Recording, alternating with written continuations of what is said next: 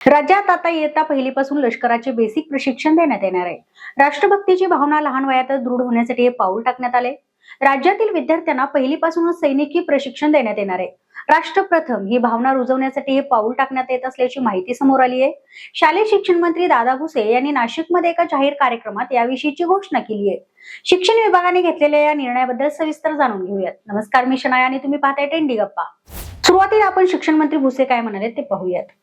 इयत्ता पहिलीपासून मूलभूत सैनिक प्रशिक्षण देण्याचा निर्णय घेण्यात आलाय.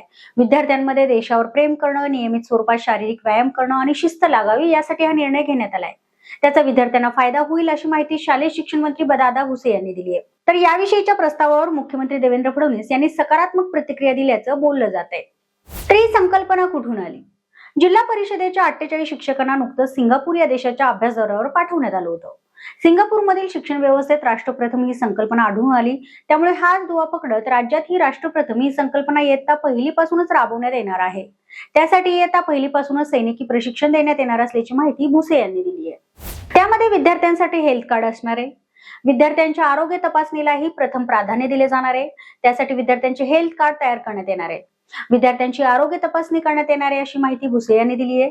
इयत्ता पहिलीपासून मूलभूत सैनिक प्रशिक्षण देण्याचा निर्णय घेण्यात आलाय. त्यामुळे विद्यार्थ्यांमध्ये देशावर प्रेम करणं, नियमित स्वरूपात शारीरिक व्यायाम करणं आणि शिस्त लागावी यासाठी हा निर्णय घेण्यात आलाय. तर याची अंमलबजावणी कधी होणार आहे? लवकरच यासाठी अभ्यासक्रम तयार केला जाईल आणि प्रशिक्षित व्यक्तींची नेमणूक केली जाईल. या उपक्रमासाठी निधी, प्रशिक्षण केंद्रे, वेळापत्रक याबाबत नियोजन सुरू असल्याची माहिती शिक्षण विभागाकडून देण्यात येते. शिक्षण विभागाने घेतलेले काही वादग्रस्त निर्णय आहेत. यापूर्वी शालेय शिक्षण विभागाने घेतलेले अनेक महत्त्वाचे निर्णय वादात अडकल्यामुळे मागे घेण्याची वेळ आली होती. आता 6-7 वर्षाच्या चिमुकल्यांना सैनिकी शिस्तीचे प्रशिक्षण देण्याचा निर्णय घेण्यात आल्याची शक्यता आहे. मात्र याची अंमलबजावणी करण्यापूर्वी बालमानसशास्त्रज्ञ, संरक्षण तज्ञ यांच्याशी चर्चा केली जावी अशी अपेक्षा शिक्षण क्षेत्रातून व्यक्त होतीये. आतापर्यंतचे शिक्षण क्षेत्रातले वादग्रस्त निर्णय कोणते आहेत ते पाहूयात. एकात्मिक पुस्तक योजनेचा निर्णय मागे घेण्यात आला. एक राज्य एक गणवेश ही योजना गुंडाळली आहे. सीबीएसई प्रमाणे शाळांचे वेळापत्रक यंदा नाहीच. 11वी ऑनलाईन प्रवेशाचा घोळ सुरूच आहे. पहिलीपासूनचा हिंदी भाषा सक्तीचा निर्णय मागे घेण्यात आला.